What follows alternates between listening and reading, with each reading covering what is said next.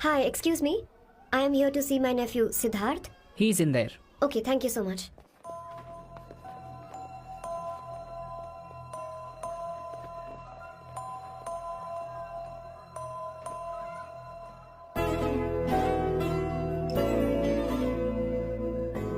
सिद्धू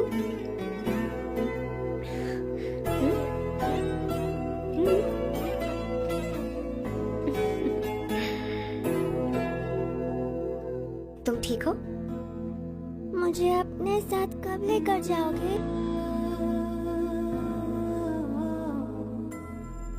जल्दी ले जाऊंगी।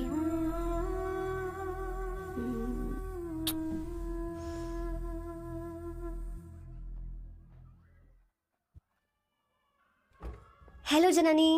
Hey Avantika. Are you busy? No. Come in. मैं फाइल के बारे में जानना चाहती हूँ। अप्रूव हो गई क्या? सिद्धू की फाइल अब तक चेक नहीं हुई है। तुम बुरा मत मानना, लेकिन शायद अप्रूव भी नहीं होगी। तुम अकेली रहती हो, तुम्हें स्मोकिंग की हैबिट है, स्टडी जॉब भी नहीं है, यहाँ तक कि बैंक बैलेंस भी नहीं है। मैंने बताया था ना, मैं अपनी पोएम्स पब्लिश करवाने की कोशिश कर रही हूँ। उसके बाद कोई दिक्कत नहीं होगी। Trust me. अगर नहीं हुई तो? वो मेरी बहन का बेटा है, मेरा उस पर तो हक है ना। उससे मुझे कोई कैसे अलग कर सकता है? अवंतिका, ये इंडिया नहीं है।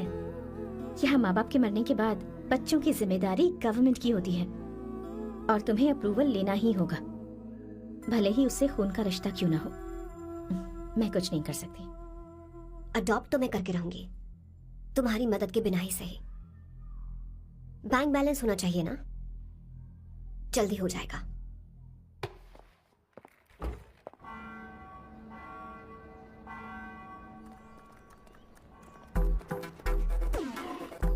क्या ये तुम हो? हाय, इट्स मी लतिका। कल रात हमने फेसबुक पर चैटिंग की थी। मेरा फेसबुक पे अकाउंट नहीं है। ये चैट करने वाला मैं नहीं हूँ, ये कोई और होगा मेरी फैमिली से। नो, वो आप ही थे। आपने कहा था कि 3 महीने में आपकी शादी होने वाली है। फिर मैंने आपको ब्लशिंग वाला इमोजी भेजा था। आपको याद नहीं? ओह लतिका, मुझे शादी नहीं करनी, लेकिन मैं हनीमून पर जा सकता हूँ, तुम चाहो तो। ये क्या कह रहे हो? जो तुमने सुना। Go to hell. कोई बात नहीं। बाय। देखो इसको, बदतमीज। इतनी अच्छी लड़की थी और इसने ऐसा किया। इसे तो मैं अरे दीदी क्या कर रही हो? मेरी बॉस की बहनें ऐसे मानने वाली नहीं थी। कैसेंड्रा की सारी इंडियन लड़कियां उन्होंने बॉस के पास भेज दी।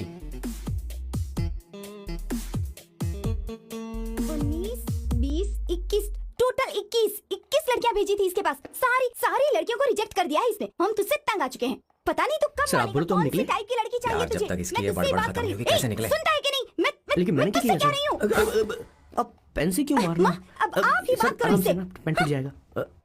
ऐसा क्यों कर रहा है? अरे, ठीक अब से मैंने क्या किया सर? चिंता मत कर। Okay sir.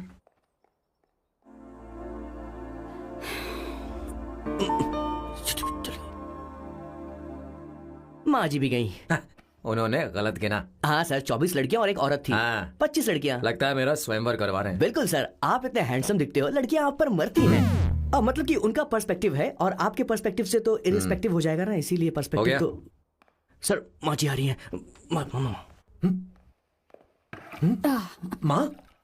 माँ ये क्या कर रही हो? माँ छोड़ो इसे, लाओ मुझे दो। आप बैठो। तो मैं और क्या कर सकती हूँ? आप पहले बैठो। तू भी बैठ। अब बैठ जा। बैठ ना। हाँ लो, बैठ गया। तू भी बैठ। तूने कहा था कि तुझे बड़ा करना मेरा फर्ज था, लेकिन तू मेरा बेटा है। मुझे हर वक्त तेरी चिंता लगी रहती है। तेरी बहनें कब तक रहेंगी? माँ मेरा यकीन करो, मैं अपना ख्याल रख लूंगा। तेरे बस का बिल्कुल भी नहीं है। हाँ मुझे पता है, क्योंकि मैं तेरी माँ हूँ। देख, हर चीज उम्र के रहते हो जानी चाहिए, यहाँ तक कि वो क्या कहते हैं आजकल तुम्हारी वर्जिन। तू अभी भी वर्जिन है बेटा। माँ जानती थी।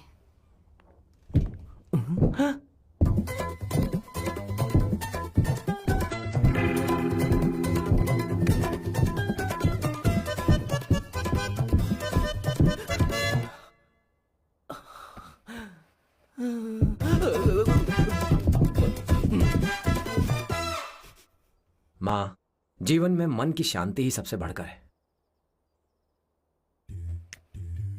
और तन की शांति का क्या? बिना हेजिटेशन के अपनी खुद की माँ से इतनी कॉन्फिडेंस से झूठ कैसे बोल लेते हो boss? It takes guts boss.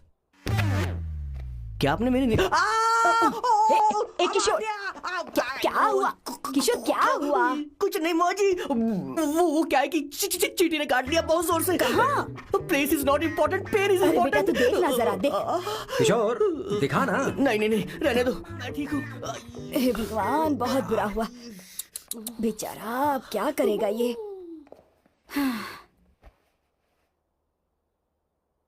देख सैम, ये बस शादी ही नहीं, जिंदगी में इसके बहुत मायने हैं। तुम लोगों के साथ मैं बहुत खुश रहती हूँ, लेकिन जब अकेले में जाती हूँ तो मेरी आंखों से आंसू बहने लगते हैं, तेरे पापा को याद करके। सैम, अकेलापन क्या होता है ये तुझे नहीं पता। अकेले रहना भले ही तुझे अच्छा लगता हो, लेकिन धीरे धीरे ये अकेलेपन में बदल जाता है। समझने की कोशिश कर। तू क्या करेगा जब मैं चली जाऊंगी? क्या ये सह पाएगा? अगर तू मेरे मरने से पहले शादी नहीं करेगा तो मैं इसी बात के साथ मरूंगी कि तू अकेला है। माँ, ऐसा मत बोलो माँ। माँ,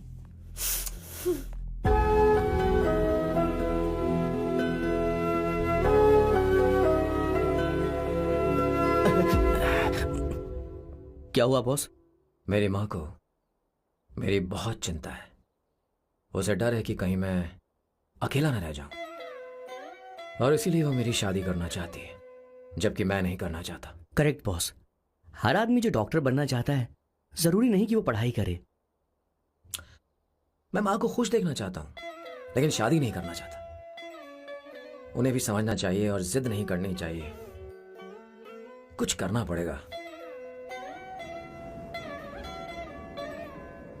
कुछ लोग हमारी जिंदगी में अचानक से आ जाते हैं, और जब उनके आने का एहसास होता है तो जिंदगी बदल जाती है।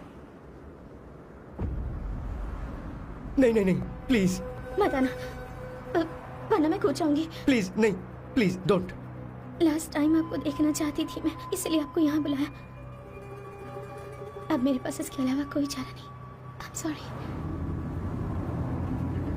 प्लीज मेरी बात सुनो, ऐसा मत करो। हे, गाड़ी रोक। बॉस, गाड़ी रोक। क्यों बॉस? नहीं पापा, प्लीज प्लीज। मेरे पास अब कोई चारा नहीं है।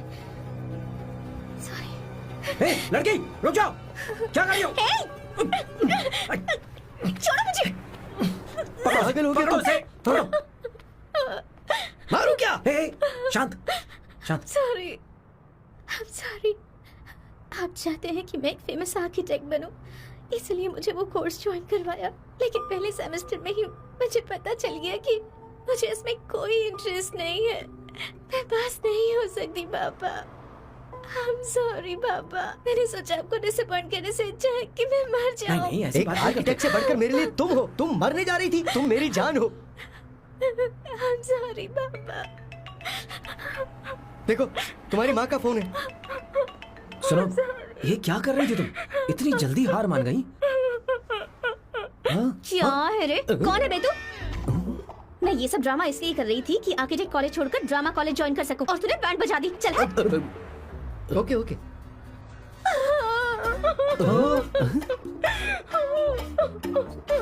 चलो। Thank you. ओके। एक्टिंग। इसको एक्टिंग कोर्स की जरूरत नहीं है बॉस। अच्छी एक्टर बनेगी। पहले से ही एक्ट्रेस है। हेलो सर, इसका ध्यान रखना, कहीं फिर से ना कूद जाए। चलो चलते हैं सर।